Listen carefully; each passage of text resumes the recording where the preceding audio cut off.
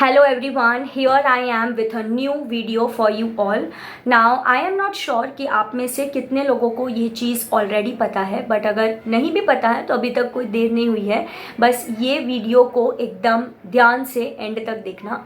Now ICSI की website पर एक डॉक्यूमेंट रिलीज़ होता है, that is the examiners observations on the students. So आपके जो भी अटेम्प्ट्स होते हैं उसके बाद में जिन्होंने भी पेपर्स चेक किए हैं वो अपना एक कलेक्टिव ओपिनियन देते हैं अबाउट द स्टूडेंट्स कि कहाँ कहाँ पर उनको लगा कलेक्टिवली एक एवरेज कि कहाँ कहाँ उनको लगा कि स्टूडेंट्स को इम्प्रूव करने की ज़रूरत है एंड वो लोग मिस्टेक्स कर रहे हैं. सो ये डॉक्यूमेंट देखकर जाना एग्ज़ाम के पहले will be a miracle for you all.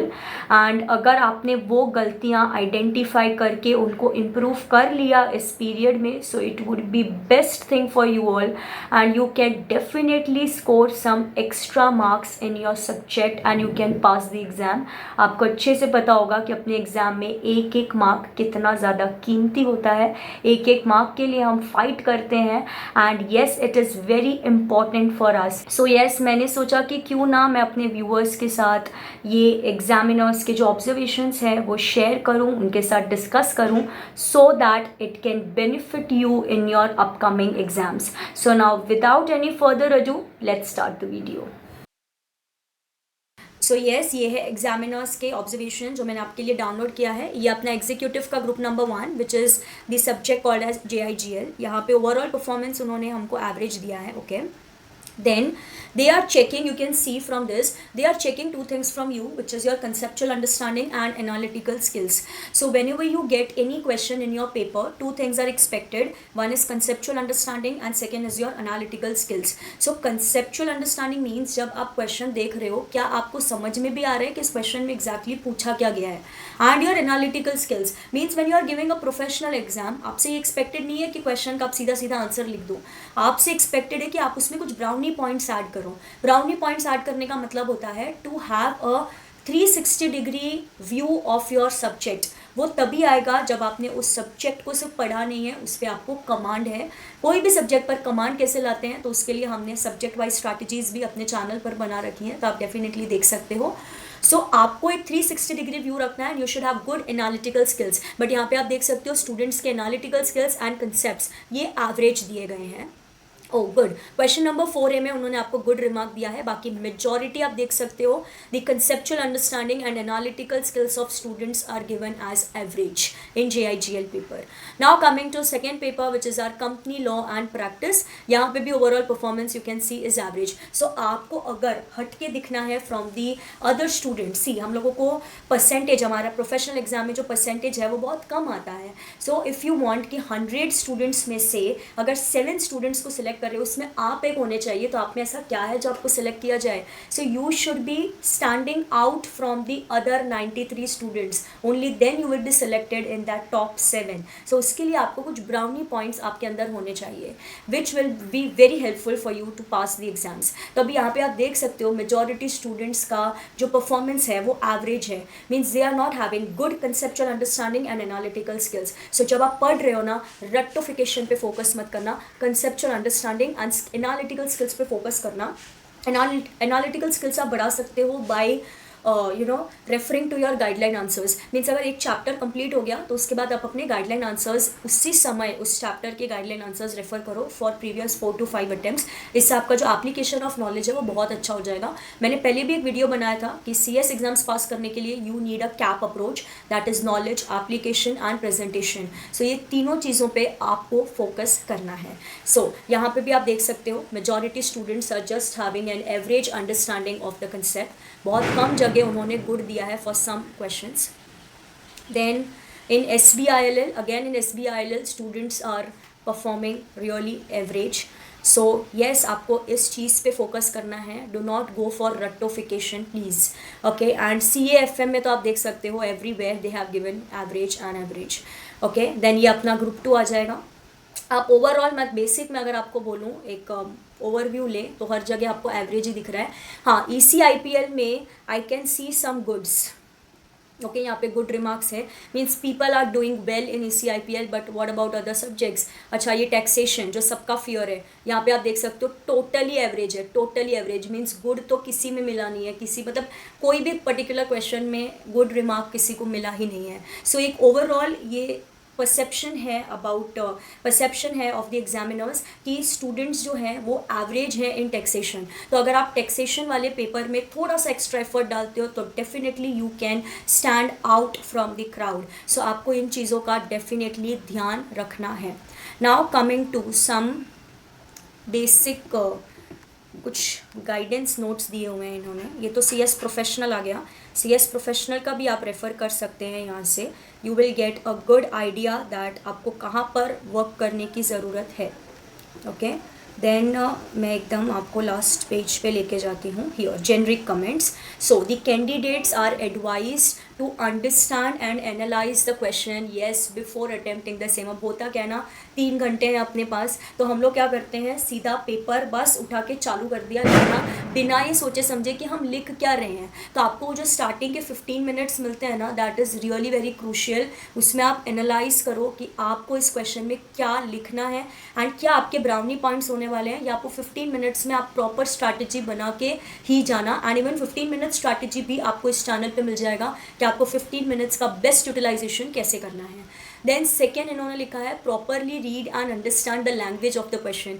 यहाँ पे दिक्कत क्या हो रही है ना, देखो आप अपना पेपर लिखते हो, आंसर्स लिखते हो, ये सबको पता है, हर स्टूडेंट को पता है दैट आप लिखते हो प्रोविजन, फैक्ट्स एंड कंक्लूजन। अब प्रोविजन में वो आपका चेक करते हैं कि आप घर से कितना पढ़ाई करके आए हो, आपका कंसेप्चुअल अंडरस्टैंडिंग कैसा है।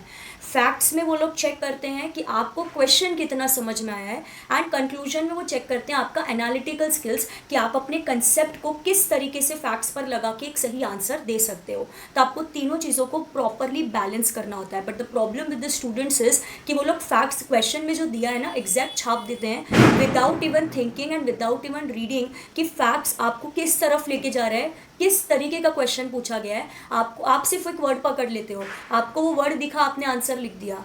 This should not happen. You आपका जो प्रेजेंस ऑफ माइंड है ना वो 3 आवर्स में, दैट्स व्हाट मैटर्स। आपने 3 साल पढ़ाई की हो, 3 महीना पढ़ाई की हो, 3 दिन पढ़ाई की हो, 3 हफ्ते पढ़ाई की हो, कोई फ़र्क नहीं पड़ता। 3 घंटा आपने कैसे मैनेज किया है, दैट्स व्हाट मैटर्स। अगर वो 3 घंटा आपका प्रेजेंस ऑफ माइंड नहीं था, आप कुछ और ही सोच रहे हो, आप एक एक वर्ड पकड़ के सिर्फ आंसर लिख रहे हो जो आप रट के आए हो, do not expect to pass in professional exams like this. Okay so आपको प्रॉपरली क्वेश्चन का लैंग्वेज रीड करना है। Then avoid writing lengthy answers. अब स्टूडेंट्स क्या करते हैं, उनको अगर कोई ऑन पॉइंट आंसर नहीं आ रहा है तो वो लोग 3-4 पेज भरना चालू कर देंगे। ऑब्वियसली एक डिसेंट लेंथ अपने आंसर की होना चाहिए। कुछ स्टूडेंट सिर्फ 3-4 लाइन लिखते हैं, no that is not a decent length. You should have a decent length which would be at least 5 marks का क्वेश्चन है तो एटलीस्ट 1.5 साइड्स, एटलीस्ट इतना आपको लिखना चाहिए। And your content should be relevant. आप अगर कुछ भी खींच रहे हो 2, 2.5, 3 पेज तक तो कोई फ़ायदा नहीं है। हाँ अगर आपका रेलिवेंट कंटेंट 1 साइड में ही आता है वहाँ तक ही लेंथ रखो, उसको 1.5 पेज तक भी ले जाने की कोई ज़रूरत नहीं है। तो जितना आप लिख रहे हो the content should be on point. जो पूछा गया है आपने उसका आंसर देना है, आपको इधर उधर की बातें ज़्यादा नहीं करनी है।